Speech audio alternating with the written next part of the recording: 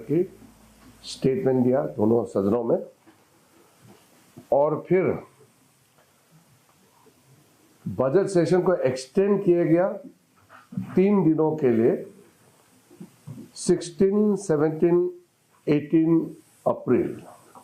और ये 3 दिन स्पेशल सिटिंग जो एक्सटेंशन किया गया है वुमेन रिजर्वेशन को लेकर के, नारी शक्ति वंदन अधिनियम और डिलिमिटेशन अमेंडमेंट बिल पेश किया गया था, जो हमारे पास संख्या तो है बहुमत, लेकिन संविधान संशोधन के लिए जो 2/3 बहुमत चाहिए वो प्राप्त नहीं हो पाया, इसलिए ये बिल पारित नहीं हो पाया। बाकी जितना भी सरकारी बिल्स थे सब पारित हुआ। और एक अच्छा उपलब्धि ये हुआ कि लेफ्ट विंग एक्सट्रीमिज्म को समाप्त करने का भारत सरकार का, आदरणीय प्रधानमंत्री जी का संकल्प वो लगभग पूरा हुआ है। आदरणीय गृह मंत्री जी ने चर्चा के दौरान इसको अच्छी तरह से समझाया। तो ये सब बहुत बड़ा उपलब्धि है देश के लिए। 3 मेजर हमारा देश का चैलेंजेस है, सेपरेटिज्म, एक्सट्रीमिज्म जम्मू कश्मीर में, मिलिटेंसी नॉर्थ ईस्ट में, और left wing extremism central India में। तो इसमें से कश्मीर का भी बहुत हद तक सामान्य माहौल है अभी। लेफ्ट विंग एक्सट्रीमिज्म बिल्कुल ख़त्म के कगार पर है। नॉर्थ ईस्ट में भी, मणिपुर में थोड़ा सा इंटरनल जो एथनिक प्रॉब्लम्स थोड़ा बीच में अभी जो चल रहा है वो, उसको छोड़ के बाकी लगभग नॉर्थ ईस्ट में भी शांति कायम किया गया है। तो ये सब देश के लिए बहुत बड़ा उपलब्धि है। तो ये इस बजट सेशन में सामने में आया है।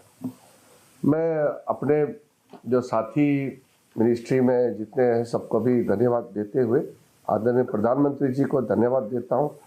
हमको लगातार गाइडेंस देते रहे और बजट सेशन को चलाने में, सरकारी बिजनेस जो भी लेके आने में आदरणीय प्रधानमंत्री जी का मार्गदर्शन रहा है। तो इसके वजह से हम अच्छा से बिजनेस लेकर के सदन में आए हैं। हमारे उपराष्ट्रपति जी जो राज्यसभा में सभापति हैं और लोकसभा स्पीकर, दोनों को भी मैं तहे दिल से धन्यवाद देता हूं। बहुत अच्छी तरह से संचालन करके दोनों सदनों को चलाया। और बाकी जितने भी फ्लोर लीडर्स हैं पार्टी के, सबको भी धन्यवाद देता हूं। और आप मीडिया वालों को भी मैं धन्यवाद देना चाहता हूं। आपने बहुत अच्छी तरह से पार्लियामेंट्री प्रोसीडिंग्स और इश्यूज को आप लोगों ने कवर किया है। एक विषय, कल जो नारी शक्ति वंदन अधिनियम और डिलिमिटेशन अमेंडमेंट बिल जो पारित नहीं हुआ, उसके बारे में मैं इतना कहना चाहता हूं, राजनीति से प्रेरित होकर के और महिलाओं को अधिकार नहीं देने का मानसिकता लेकर के कांग्रेस पार्टी और विपक्षियों ने कॉन्स्टिट्यूशनल अमेंडमेंट को जो पारित नहीं होने दिया 2/3 मेजॉरिटी से, उससे हम लोग सब दुखी हैं। ये सिर्फ सरकार के लिए दुखी है और ये सरकार को, हमारे पार्टी को नुकसान हुआ ये नहीं है। हम दुखी इसलिए कि ये नुकसान देश के महिलाओं को हुआ है। देश के महिलाओं को अपना पूरा कानूनी प्रक्रिया, देश का भागदौड़ करने में, देश को संचालन करने में जो निर्णय होते हैं, निर्णय प्रक्रिया में हिस्सेदारी देने के लिए लोकसभा में और विधानसभाओं में जगह देने के लिए जो महत्वपूर्ण कदम था वो पारित नहीं हो पाया, इसलिए हम दुखी हैं। ये इसको सरकार का फेलियर, हमारा पार्टी का फेलियर बिल्कुल नहीं मानना है। ये देश के ऊपर में बहुत बड़ा आघात कांग्रेस पार्टी और कुछ दलों ने पहुंचाया है। इसलिए कांग्रेस पार्टी और उनके कुछ साथियों को महिलाओं का आक्रोश को झेलना पड़ेगा। कांग्रेस पार्टी के ऊपर भी यह काला दाग, महिला विरोधी का जो दाग चिपक गया है, ये कभी खत्म होने वाला नहीं है। इसलिए इसको हमारा सरकार पार्टी का विफलता मत समझे और महिलाओं को अधिकार नहीं दे करके सेलिब्रेशन करना, ये तो घोर पाप है। कोई आपने पार्टी दुनिया में देखा है क्या? महिलाओं को अधिकार नहीं देने का फैसला करके और उसको वो जीत मानते हैं। महिलाओं का आरक्षण लोकसभा और असेंबलीज में, ये हम सबका दायित्व है, उसको देना है। और उसको नहीं देने का कांग्रेस का मानसिकता और उस बिल को गिरा करके फिर जश्न मना रहे हैं, इससे बड़ा महिला विरोधी मानसिकता कैसे आप दर्शा सकते हैं? यही पूर्ण रूप से अपना छवि को इन्होंने दिखा दिया है। बहानाबाजी नहीं चलेगा, अलग अलग बहाना नहीं चलेगा। सीधा सीधी बात है, महिलाओं को जो अधिकार देना चाहिए उसको कांग्रेस और उसके साथियों ने गिराया है। तो हमारे लिए क्या, हम तो सरकार में है ही, हम तो चुन के आए हैं, लोगों ने वोट दिया है। मोदी जी के नेतृत्व में हमको तीसरी बार जनादेश दे करके सत्ता में बिठाया है, तो सरकार तो है। दुखी इसलिए कि महिलाओं को अपना अधिकार नहीं मिला। तो इसलिए कांग्रेस पार्टी को आप लोग भी बताना है, जश्न मनाने का जरूरत नहीं है, ये तो पाप काम किया है। महिलाओं को अधिकार नहीं दे करके जश्न मना रहे, ये तो शर्मनाक बात है।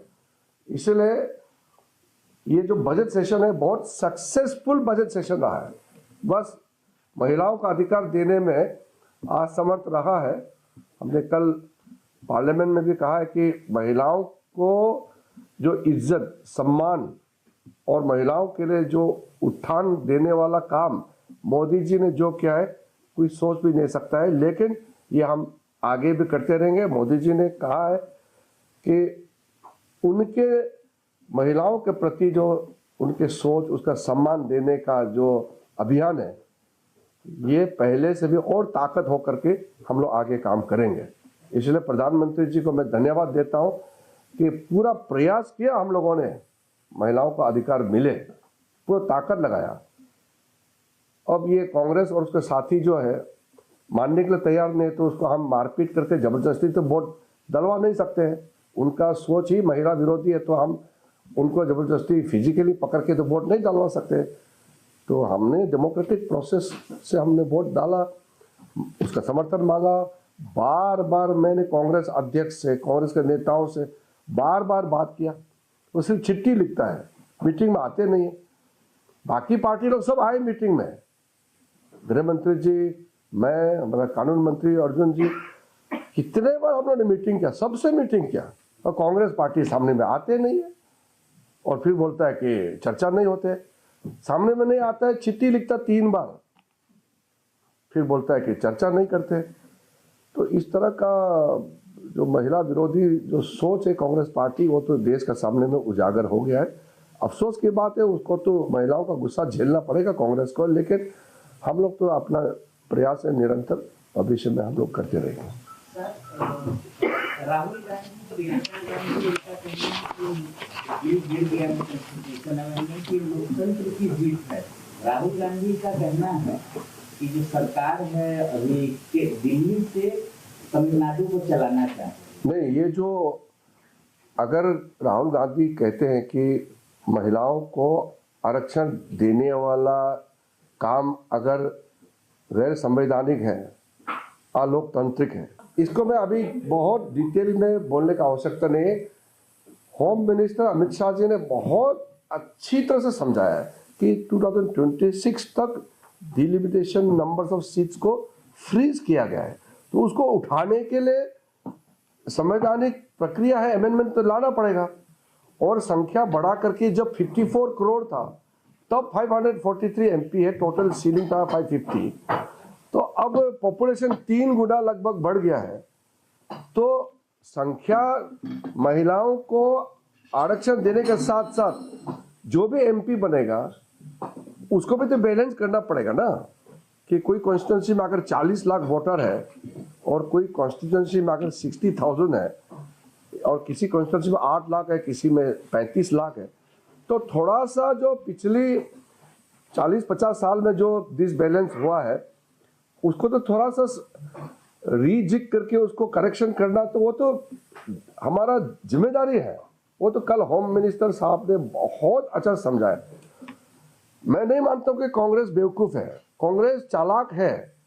वो इस तरह का नहीं समझने का जो नाटक करता है, वो तो महिला आरक्षण को गिराने के लिए वो इसको ये करते हैं। ऐसा नहीं, वो नहीं समझते हैं क्यों डिलिमिटेशन को जोड़ना पड़ रहा है, और delimitation north south east west सारा भारत को बराबर सबको शेयर मिले, ये तो एक बहुत अच्छा प्रक्रिया था, सब मालूम है।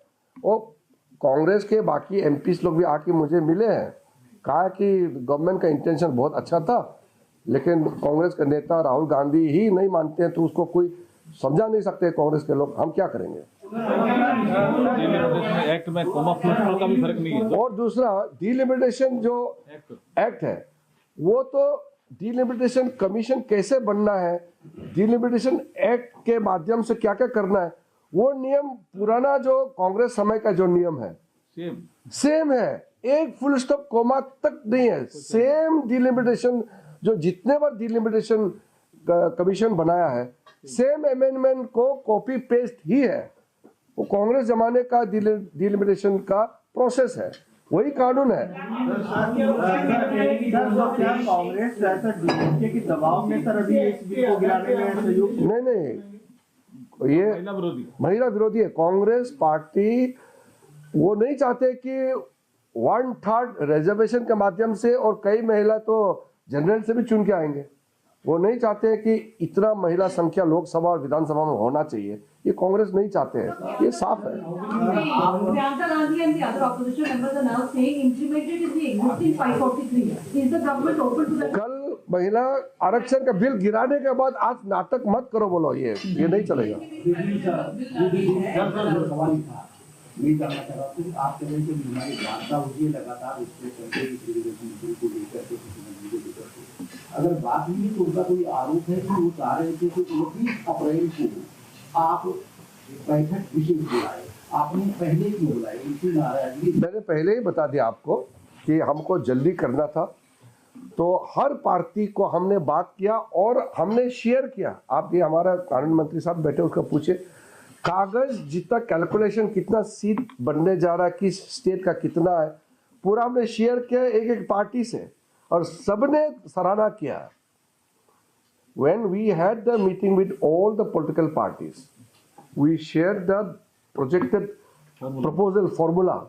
Everybody appreciated, nobody opposed. But Congress never came forward to attend those meetings, and they only wrote letters. Kharge ji wrote 3 letters. We invited them for physical meeting, and they are writing letters. वो तो कल बताया ना, ओहो, जब आप भाषण देते हैं लोकसभा में, जो आपका भाषण है वही तो एश्योरेंस होता है ना, वो आपका स्पीच राइटिंग में देना चाहते हैं आप। जैसे अगर कुछ चीज राइटिंग में नहीं है लेकिन वो बोलता है तो उसको क्या बोलते हैं, एश्योरेंस। इसलिए एश्योरेंस कमिटी भी होता है। तो जो मिनिस्टर का स्टेटमेंट, गवर्नमेंट का स्टेटमेंट होता है, वो तो गवर्नमेंट का पोजीशन है, और ऊपर से ये भी कह दिया कि आप लिखित में चाहिए तो अलग से लिखित के लिए भी हम अमेंडमेंट करके भी पेश करेंगे। तो होम मिनिस्टर ने इतना बड़ा ऑफर दे दिया तो फिर वो डर के भाग गया, वो तो फंसने वाले थे उनके मानसिकता। One of the allegations that Priyanka Gandhi has made is that there was not too much of details of the bill that was shared with opposition parties, and also she said if you bring back the 2023 bill on Monday, everyone will vote. Let us not go into the trap what Congress is trying to lay after defeating the women reservation bill. Now please ask Congress party not to create further drama. They will be further exposed as anti-women. No need to create drama. Once the bill is defeated, they are exposed. Sir सबसे बड़ा सवाल अब ये उत्पन्न हो रहा है कि क्या अब आगे क्या होगा, क्या सरकार दोबारा से इस तरीके से? देखिए, हमने जब 2023 में जब नारी शक्ति वंदन अधिनियम पारित हुआ था, तो सेंसस से जुड़ा हुआ था ना, 26 डिलिमिटेशन से जुड़ा हुआ था। उसके लिए डिलिमिटेशन करेंगे, 2026 का बाद का सेंसस के साथ करेंगे, तो उसको तो अभी तो संशोधन करना पड़ेगा ना। अभी तो जाति जो है जनगणना जो है जातिगत हो गया ना, अभी तो कास्ट सेंसस हो रहा है, तो उसमें तो टाइम लगेगा, सबको मालूम है, वो तो बताएंगे। हाँ, तो उसमें कहा ना, आपने पढ़ा है ना 2023 में जब वुमेन रिजर्वेशन बिल पारित किया, तो उस समय उसमें हिस्सा है ना कि ये डिलिमिटेशन से जुड़ा हुआ है, और 26 के बाद जो सेंसस आएगा उसका फिगर उससे मिला करके डिलिमिटेशन करेंगे, यही तो था ना। इसलिए तो हम लोग अमेंडमेंट लेके आए थे ना, तो वो समर्थन करना चाहिए था उनको। प्रधानमंत्री जी ने कैबिनेट की बैठक में वुमेन रिजर्वेशन बिल को लेकर क्या कुछ कहा? मैं कैबिनेट के अंदर में क्या बात हुई वो तो मैं अभी आगे बताने का नियम नहीं है, लेकिन इतना आप मान के चलिए कि कांग्रेस पार्टी और उनके कुछ साथी दल अब बच नहीं पाएंगे। महिलाओं का आक्रोश, देश के महिलाओं का गुस्सा उसके ऊपर में इतना फूटेगा कि ये चिपक गया है कांग्रेस को, एंटी वुमेन, महिला विरोधी, ये दाग लग गया है, ये साफ होने वाला नहीं अभी कांग्रेस को। स्पेशल सेशन बुलाया था और आप डिस्कशन कर रहे थे, वही assured of the number of two-third majority, the opposition. Who would even imagine that any party would oppose women reservation? आप सोचिए, इसमें तो आशंका होने का सवाल नहीं ना, कौन सोचेगा? Nobody could even imagine that any party, and especially national party like Congress party, would ever oppose women reservation, even if they oppose internally. I thought, and everybody thought, that they will not go to this extent of getting themselves exposed as anti-women. पश्चिम बंगाल में देख रहे हैं आप लोग, हाँ जी, ये जो महिला आक्रोश जी, का जो इम्पैक्ट है वो वेस्ट बंगाल में देख रहे हैं। देश भर में है, महिला तो देश भर में है ना, सिर्फ एक राज्य में तो है नहीं। महिला तो 50% ऑफ इंडियन पॉपुलेशन है। मोदी 2029 से पहले फिर अभी उसके बोलेंगे बाद में। हाँ? Sir, the opposition parties are claiming that you were trying to reach out to individual parties. Why not call all party meetings? That is their first claim. And you have been targeting. अब हम Yesterday we also heard Akhilesh Yadav also. He said even in the floor of the house, even if the Indian Home Minister says कि कोई नारी को आप prime minister बना देंगे तो बिलीव नहीं करेंगे. So that mistrust is. how should we approach the different political parties as a consultation process? It is to be decided by the government. How can they dictate that in a particular and certain manner we should follow the path of consultation? The consultation process is to be decided by the government, and we prefer to sit with different political parties individually so that we can in detail discuss about the nitty-gritty and their concern.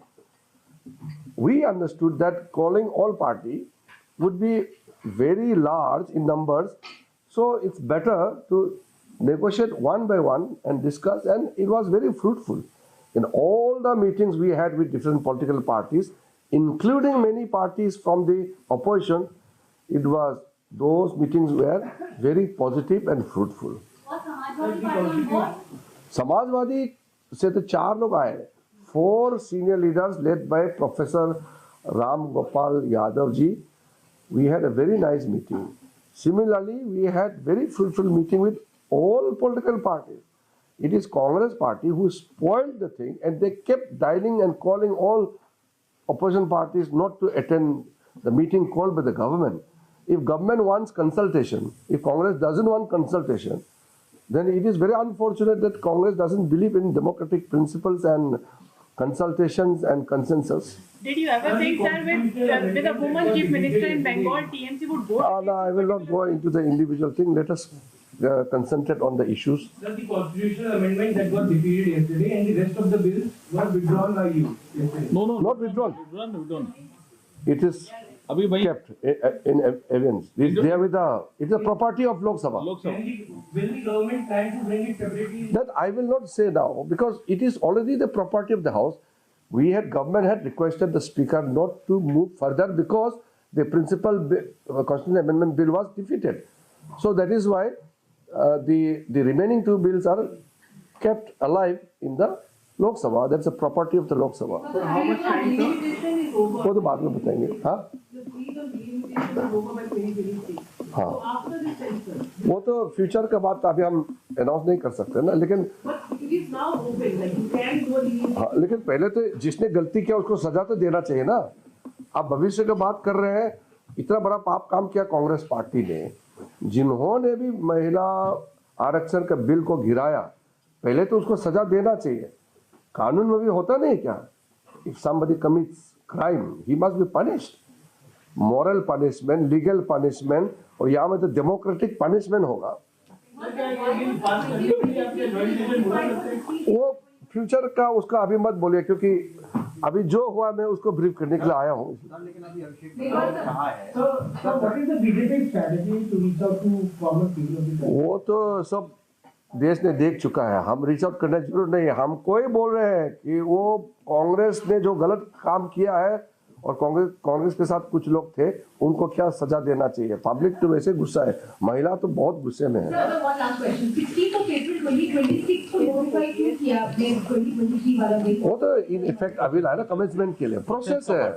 Sir एक सवाल और है. अभिषेक बनर्जी ने कहा कि 2023 में पास हो गया था ये बिल, ये तो जो डिलिमिटेशन है उसका बिल नहीं कराया. और उसमें कंडीशन थी ना भाई. वही आपको बार बार बोल रहा हूँ, वो ना समझ होने का वो कोशिश करते थे. आप उसमें क्यों वो पुराना नारी शक्ति वंदन अधिनियम में ही प्रावधान रखा है ना कि 26 के बाद सेंसस जो होगा उसमें डिलिमिटेशन होगा, उसके बाद इम्प्लीमेंट करेंगे. वो तो बिल का हिस्सा है ना. जनता को ऐसा बोल रहे हैं. अरे वो सोचते हैं कि दुनिया बेवकूफ है, ऐसा नहीं है ना. ठीक है साहब, थैंक यू. Thank you.